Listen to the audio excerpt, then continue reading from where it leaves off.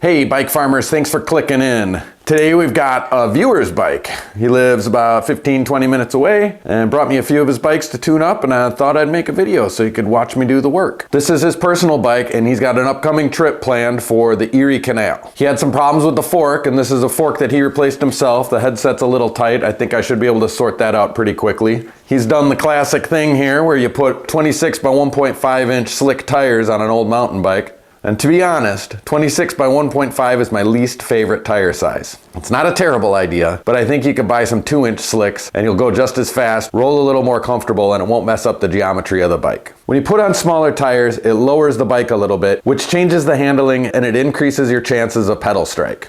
I don't mind messing with tire sizes, I just think that the 1.5 inch thing, it just kind of hybridizes these old mountain bikes and you don't need to. I think 2-inch slicks roll just as good and they don't mess everything up. Anyway, these tires are just fine, so I didn't suggest that he replace them or anything. It's just a personal preference thing. Maybe he'll try some 2-inch tires when they wear out. I don't know. We'll see what happens. He seems to really love this bike. He's put a lot of thought into getting it fit and set up and that sort of thing. I'm just gonna go through and clean, lube, and adjust everything so this thing operates as well as possible for his upcoming trip. Also, just to be totally clear, Park Tools sent me one of their AK-5, the advanced tool kits. I'm gonna try to do this whole tune-up with just the tools from that kit and some lubes and maybe some household tools. Hopefully this will show you all how for a few $100 you can buy a tool kit and do just about anything you need to your own bikes. So with all that said, I think it's time we just go ahead and get started.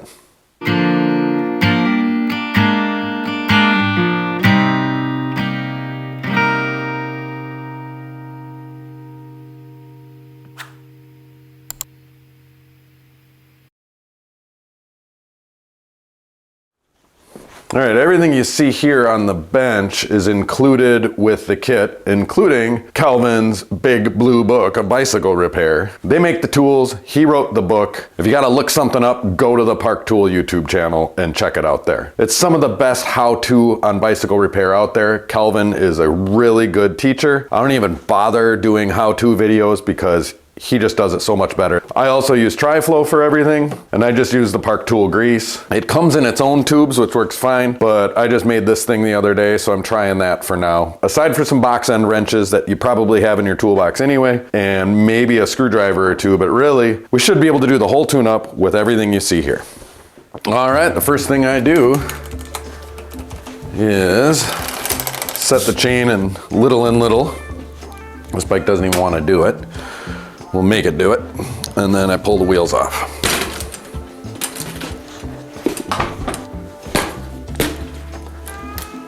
With the wheels off, we can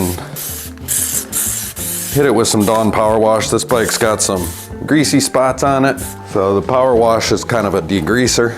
I just give it a few squirts and then wipe things down.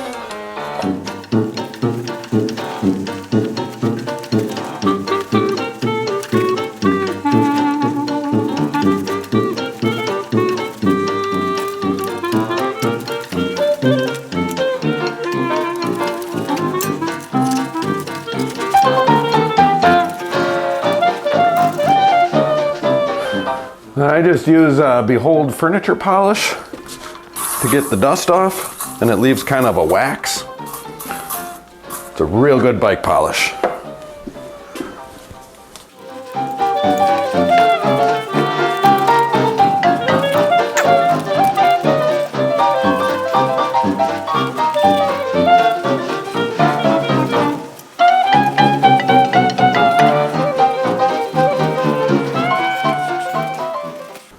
Okay, all right, now with things cleaned up, we can get to lubricating things. Let's clean, lube, and adjust. And I'm dropping a couple of drops right here in the pivots. And then I always get a couple back here in the springs. And that makes everything move smoothly there. And go ahead and do the front quick too. And up here in the front. See, you can just drop it back in there. Really makes everything move better. This bike is really spec'd well. The Paragon was one of the higher end Gary Fisher mountain bikes from its day.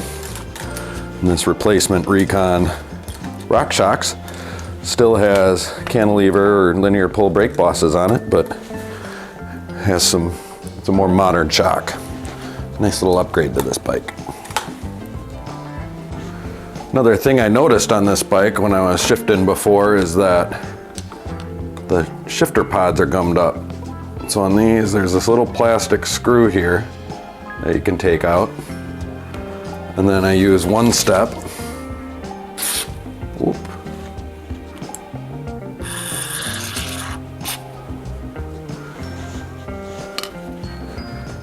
Use a little bit of one step and squirt it in there. And that cleans it and lubricates it. Then I go through and I run through the gears.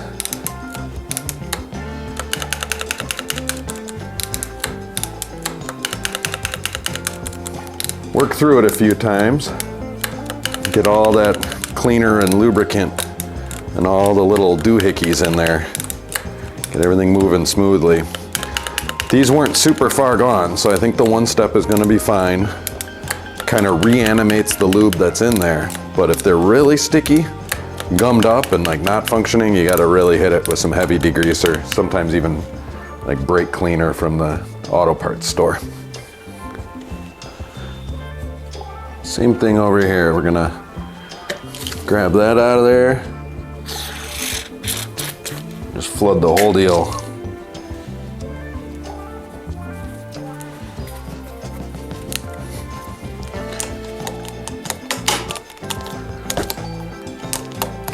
Yeah, it doesn't even want to go up into the third one. So sometimes I do this. I'm gonna let that fester for a little bit. Hopefully it'll wake up. Yeah, sometimes, yeah, there it goes, now it caught. So there's 2 stages to these shifters and you gotta get the second one. Yeah, now it's working. Just gotta work it out. That's what happens when bikes sit, or if you don't use the shifters, they gum up, especially here in the cold climate.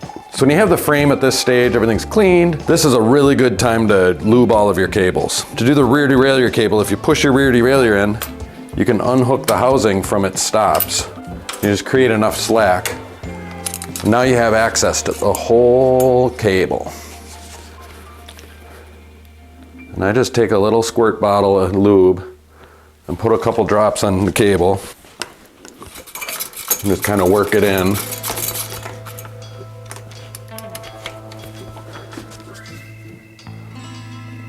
Just like that. All right, fresh lube. Slicker than snot on a doorknob. Oh. And the most important one is the one back here. That one seems to be the one that really gums up the works.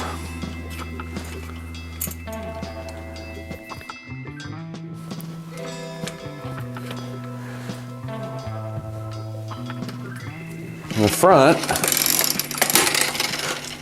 make sure it's in the little ring. You can kind of pull your front derailleur out and hold it, and that should give you enough slack to get that cable undone.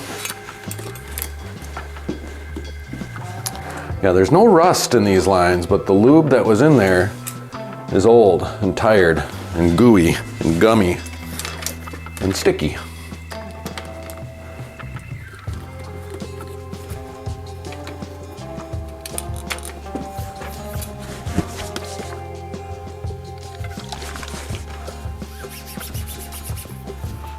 And any of these lubes and cleaners and a lot of the tools and the basics that I use, I have affiliate links in the description for you, so you can go get your own.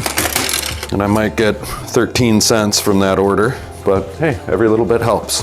They're just links to Amazon, so it's easy for you. All right, then while I'm at it, I just do a little gravity over here, let gravity pull the lube down into the front brake cable. And don't forget to lube your noodle. It's also a spot right in here that really likes to gum up the works. And this is the rear brake cable.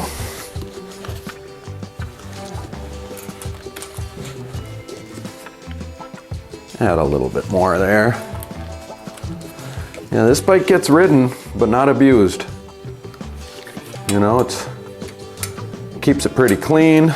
He's had it in for some tune-ups before. It's taken care of, so even though it's 20 years old or more, it's in really good shape. Oh yeah, that feels better than new.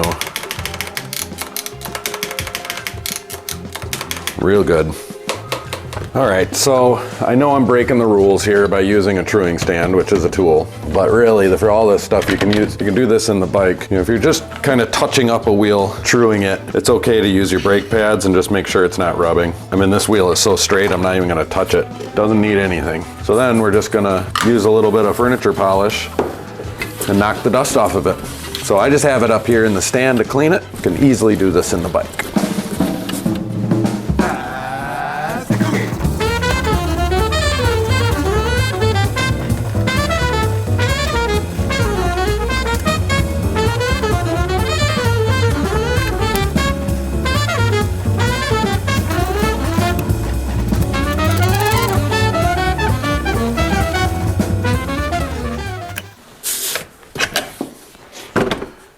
This hub has just the right amount of play in it, so when you close your quick release, it actually kind of compresses the whole system. It'll adjust the cones and cups together, so it's the perfect preload. I think I really like how that hub feels. The mechanic that touched this before me did a good job.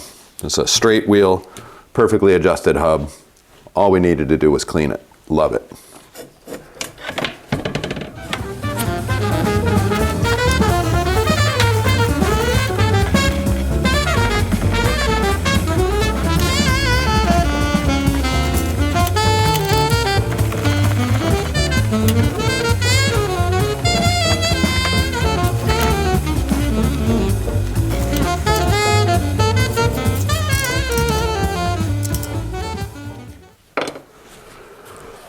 The front wheel needed a tweak or two,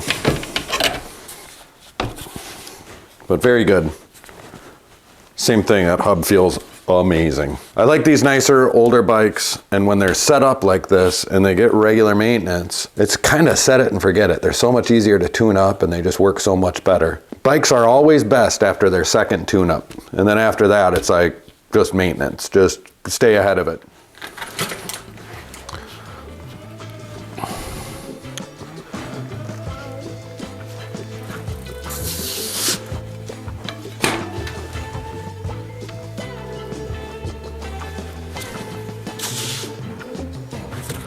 Found a little bit of filth under here. I didn't get it the first time around.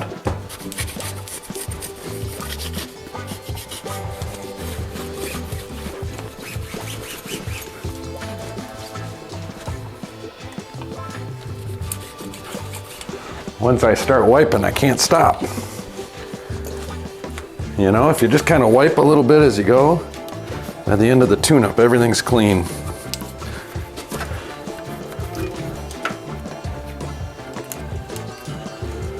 Kind of amazing, but so far the only tool we've used is a Phillips head screwdriver.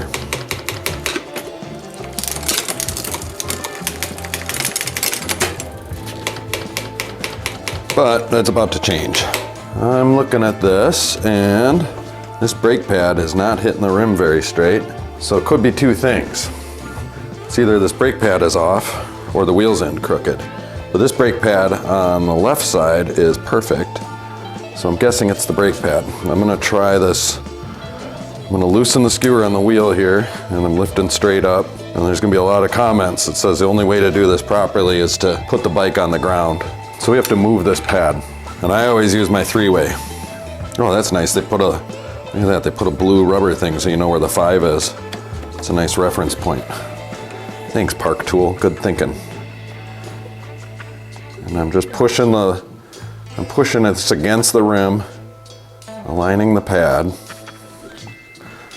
and then I kind of finger tight it, and then I put a finger underneath here and a thumb there to keep it from spinning, and crank tight.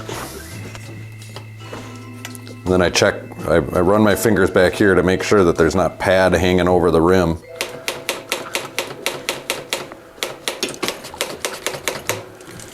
Okay, and then, I don't know if you can see it, but I can. It's hard to get this angle, especially with the rack on this bike, but it's pulling a little bit more from this side than that side. So these are the tension screws. And you can see there's a lot of thread showing here.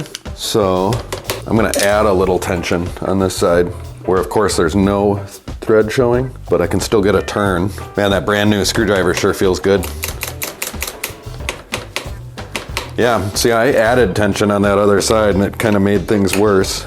So what I did there, get that cable out of the way. If you disconnect the linear spring like that, then it's just flopping around. But I'm gonna stretch this spring in the back. I'm adding a bunch of tension manually to that spring. And I'm just gonna bring the tension up on the whole system.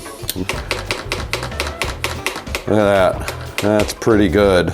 I'm changing things now. I'm just backing the screw out over here, and then I'm gonna add some more tension manually again. See if I can find a good equilibrium with the system. Yeah, see, I'm not that great at explaining stuff. I feel like it's hard to follow what I'm showing you here, but you know, a lot of this I do by experience. My experience says it's really hard for me to get purchase with a tool with my left hand. That looks to be pulling pretty even on both sides. Just gonna make sure that nothing's rubbing. And I just listen. Sometimes I'll put my fingers right here and feel for vibrations.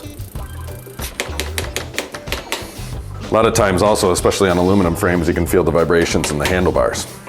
Bit easier to get a bird's eye view from the front brakes. And these, I thought the pads were really wonky before when I was looking at them. I think things are kind of off kilter here. Yeah, like this pad is way off. So I don't know what that's all about.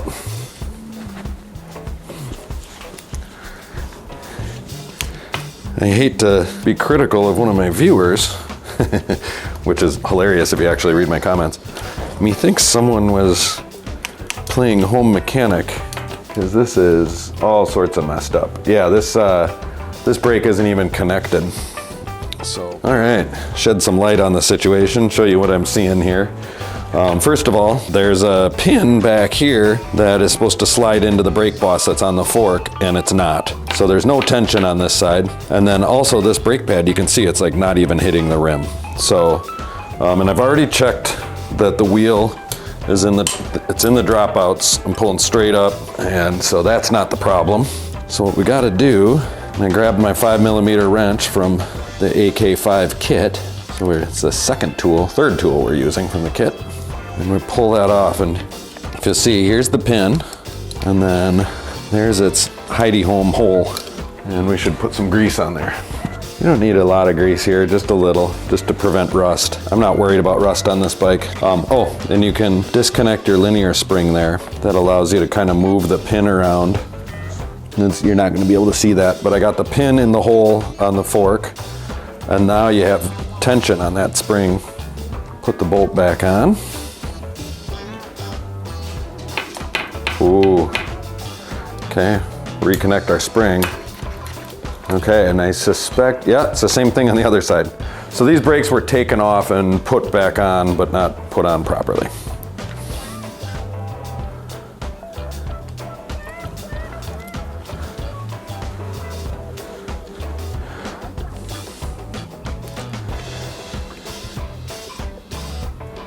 So again, not to be critical or pick on one of my viewers, but as a general rule of thumb, when you take your bike into the bike shop, if you've done something to it and you're not sure what, and you've messed it up, tell your mechanic exactly what you did, point it out, admit defeat, show us, because it sure does save a lot of time and hassle and confusion, and it fosters distrust and other things too. We don't judge you for trying.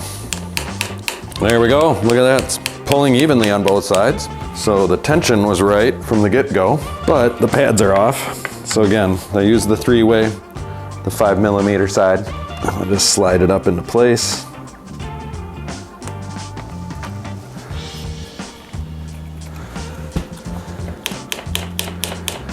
Go through to the other side. This one can use a little tweaking.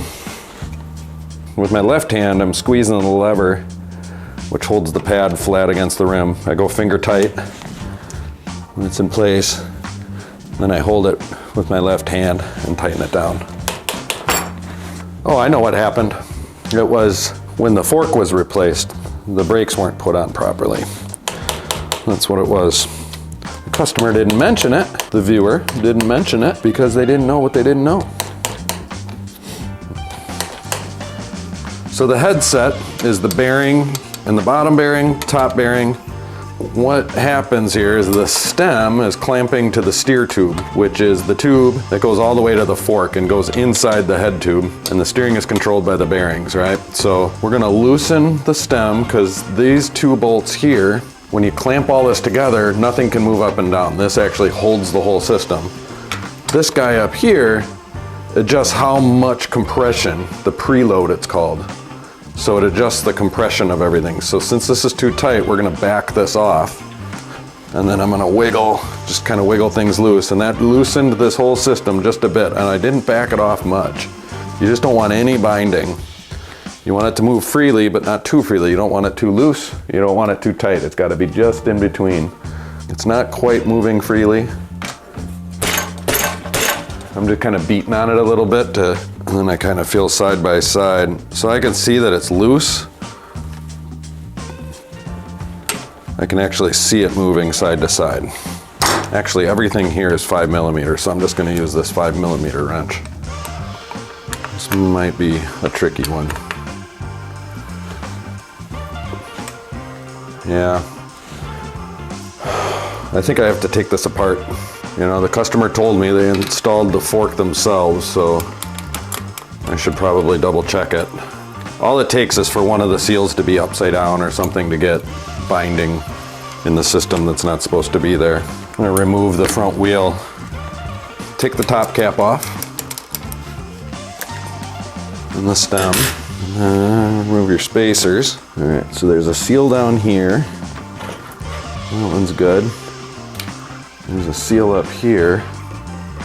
Oh, so yeah, this was totally upside down. So he had the rubber going in first. That is absolutely wrong. This one goes, you gotta put the race down. Now you got metal on metal. And then this guy kind of holds everything from going side to side. And then that guy. So yeah, we just had something out of order.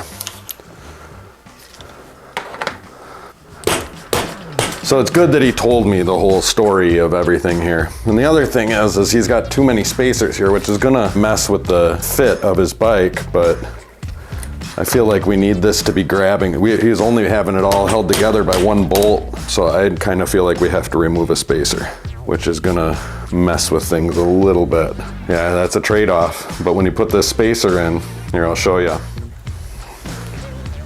So right here, the binding bolt right now is just holding barely on. We're running out of steer tube.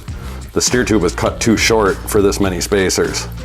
So there's really nothing you can do. Once you cut those steer tubes, that's it. There's no adding to them. So if you add the spacer in,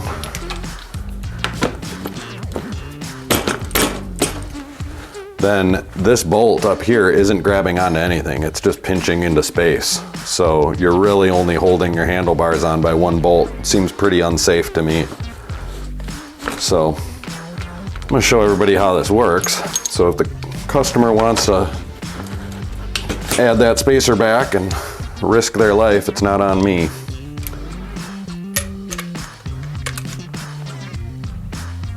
Yeah, this bolt is only grabbing on by a few threads then, too. You know, it's just setting the preload. It's not, this is like not weight bearing. It says all work and no play is no good at all work, no good at all work, and no play is no good at all, no work is, yeah. So that is free flowing. So this sets the preload, and that's probably a little tight.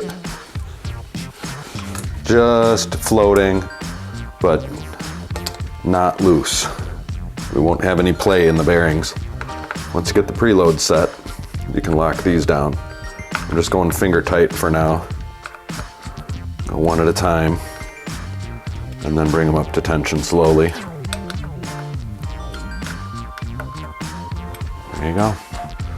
So the side view, to reiterate, now this bolt and this bolt are both clamping in a place that's clamping on the steer tube. The steer tube stops right under this spacer, right about there. So otherwise, when you add the spacer in, it's only this bolt is clamping the stem on. It's only really grabbing there. So that's it's gonna be a point where this breaks. If the bike's gonna crack anywhere, it's right here in the stem or in that weld or something. So this is just much more how it was designed, much more robust installation. Now we got that all sorted out. Get the front wheel back on. It was a good test, so I'm pulling straight up. Can we get this wheel on and off and not lose the right brake adjustment? Looks pretty good to me. Both brakes felt a little squishy, so I'm gonna just pull some cable through and tighten the brakes a smidge.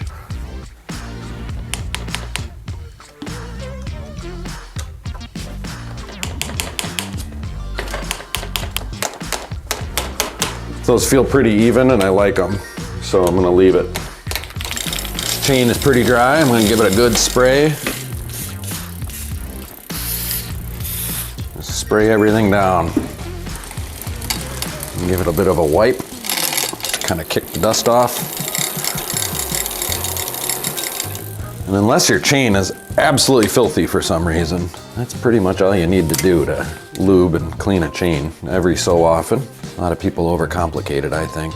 The AK-5 comes with a chain cleaner if you want to take that route. I don't use chain cleaners that often, only if they're totally filthy.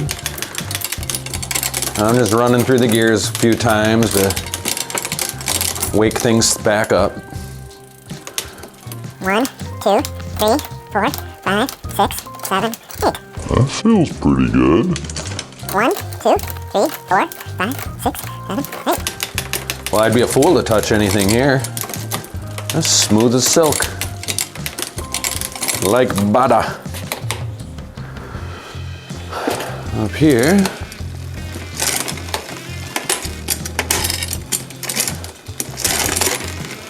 Seems to be functioning well. So I have the chain now in the big cog in back, which is the lowest gear, and we're in big and big here. So we're cross-chained. And I also can get access to this spot right there, so I'm gonna clean it, give it a little floss. There you go. And I'm gonna click down into the high gear. And I'm getting a little bit of rubbing right in here, so I'm gonna add a bit of tension to the cable. Okay, it's barely rubbing. So what I'm gonna do is, these are the limit screws. This is the high limit. This limits how far the derailleur will push out to the high gear. And if I back it out just a smidge, it'll allow the derailleur to come out just a little bit more. And if you have the right cable tension then, which I believe I do, you can get in that high gear and not be rubbing. It was just rubbing a little bit. Now if you back this out too far, it'll overshift.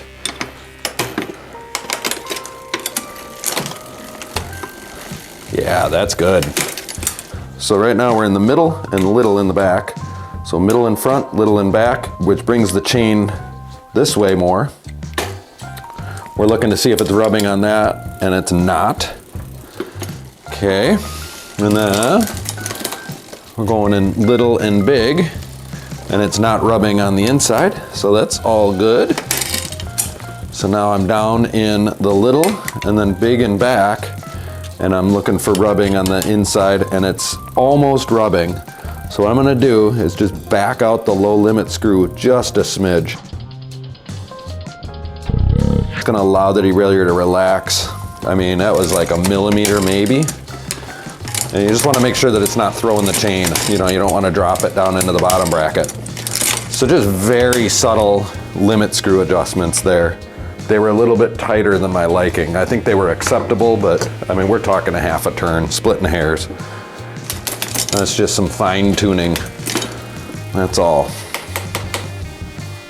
So, brakes adjusted, shifting adjusted, that front end and the new fork and everything is double checked and sorted out and way more better. So I got a clean rag here and I'm just going through and kind of wiping up all of the residue from the filthy wet rags I've been using, kind of as the final polish. All right. Yeah, this computer all flopping around. I've got to find a shim for it, I suppose. Yeah, it's not registering anything. So I don't ever really touch bike computers. You know, they're just so finicky. I leave it up to the customer to figure it out. It's kind of pointless to have one unless you know how they operate. So I'm gonna shim that quick. Okay, I got the computer working. Whether or not it's programmed properly to the tire size or whatever, it's not up to me. I bought a bunch of computers when I started my business thinking I'd sell them, and then I realized how much of a customer service nightmare they are. So I started giving them away. I told people they can have them as long as they do the research and learn how to install them and program them and keep them running, because otherwise people just come back and back and back. It's not working again, it's not working again, it's not working again. Bike computers trigger me. I always like to put the bike on the ground for the final check. My stem's crooked and this headset is super loose. So if you squeeze the front brake and rock the bike forward and backward and you feel any play in these bearings, that means your headset's loose. So we got to tighten the preload, which means loosening our stem bolts. No, I only have a few threads in my preload bolt. So I'm gonna hold the wheel with my knees, line everything up. Since I only have a few threads here, these bolts here are very loose because I don't want to strip anything out here. And then if I press the front brake and wiggle back and forth, I can feel nothing's moving. So things are tight. I'm gonna back that off just a smidge and tighten these down. And go one at a time, back and forth, nice and even. I just don't like messing around with anything being loose up front. That's where you lose your teeth, you know? Doesn't matter if the rear wheel locks up, you can pretty much skid to a stop. But if that front end of your bike stops, you go flying. Just hitting a drop of lube in the bolt heads. Again, I'm not worried about rust with this bike because I can tell it's stored in a nice dry garage. All right, now that feels tight. Try it again. There's a happy medium somewhere.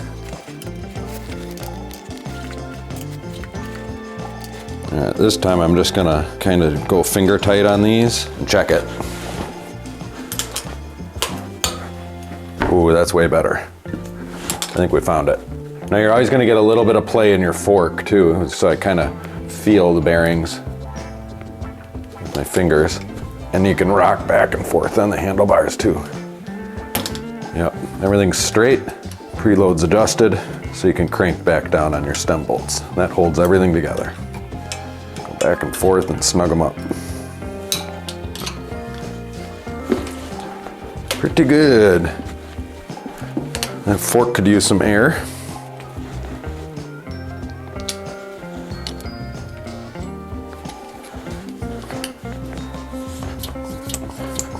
Okay, there's a little chart on the leg here. And I was guessing about 150 PSI, and I think that's a good guess.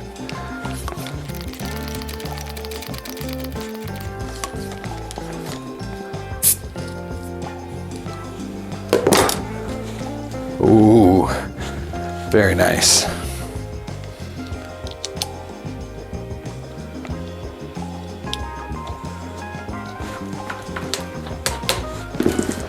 Okay, put the seat back down where the customer had it.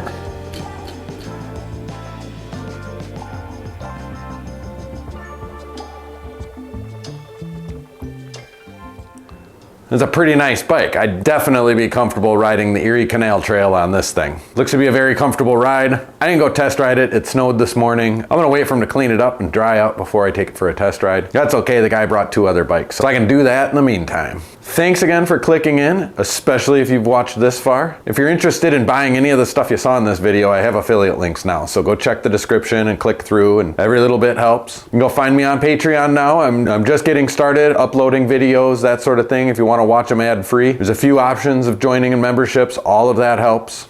It's always free to subscribe, like, and don't forget that notification bell so you and your bike can stay tuned.